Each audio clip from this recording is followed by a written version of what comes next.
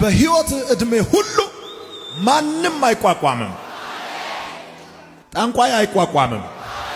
ከሱዳን ይምጣ፣ ከሱርማ ይምጣ፣ ከኬንያ ይምጣ፣ ከቡሸብቶ ይምጣ፣ ከደብረ ዘይት ይምጣ፣ ከሌላ ከማይታወቅ ዓለምም ይምጣ አይቋቋምህም።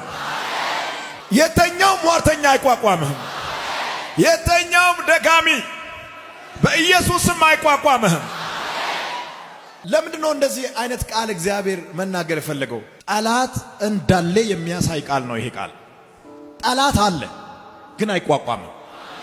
የሚገፋ አለ፣ የሚያስጨንቅ አለ፣ የሚያሳድድ አለ ግን አይቋቋምም። የሆነ ነገር የሚሰራ አለ ግን አይችልም። ቁጭ ብሎ የሚያቀነባብር አለ፣ አወርዳለሁ ብሎ ሂሳብ የሚሰራ አለ ግን ከወጣህበት ከፍታ ፈጽሞ አትወርድም።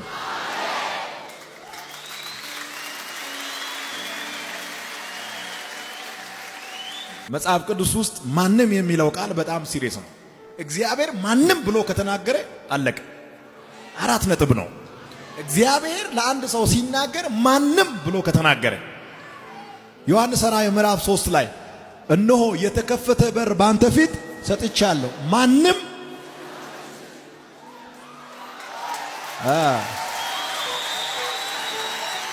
እግዚአብሔር ማንም ብሎ ከተናገረ በጣም ሲሪየስ ነው።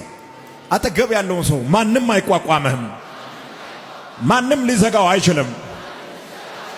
እግዚአብሔር ማንም ብሎ ከተናገረ በጣም ሲሪየስ ነው በልልኝ። አጠገብ ያለውን ሰው አቫና ሴካታ አቮኖኮ ብራዚያንታ ማንም አይቋቋምህም፣ ማንም አይቋቋምህም። ከመች እስከ መች ነው ማንም አይቋቋመው? ወጣት በነበርክ ሰዓት ነው? 20 እስከ 30 ዕድሜ ውስጥ ነው? 25 እስከ 30 ዕድሜ ውስጥ ነው? 30 እስከ 40 ዕድሜ ውስጥ ነው? አይደለም። በሕይወት ዕድሜ ሁሉ ማንም አይቋቋምም። አርጅተም ማንም አይቋቋምም።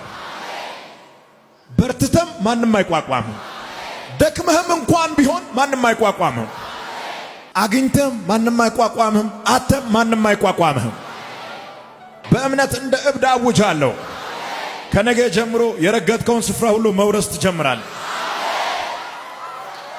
አናማሶ ሻዳባስያ በእምነት የረገጥከውን ስፍራ ሁሉ በኢየሱስም እንድትወርስ እንድትገዛ የራስ እንድታደርግ ባንተና ቤተሰቦች ላይ ባንተና ልጆች ላይ ባንተና ያንተ በሆነ ነገር ላይ በጌታ በኢየሱስም አውጃለሁ። የእግር ጫማ ያረፈው ስፍራ ያንተ እንዲሆን በሄድክበት መንገድ ሁሉ ተጽዕኖ ፈጣሪ እንድትሆን ማንም እንዳይቋቋም በኢየሱስም አወጅኩት። ይህ መልእክት የኔ ነው ያለ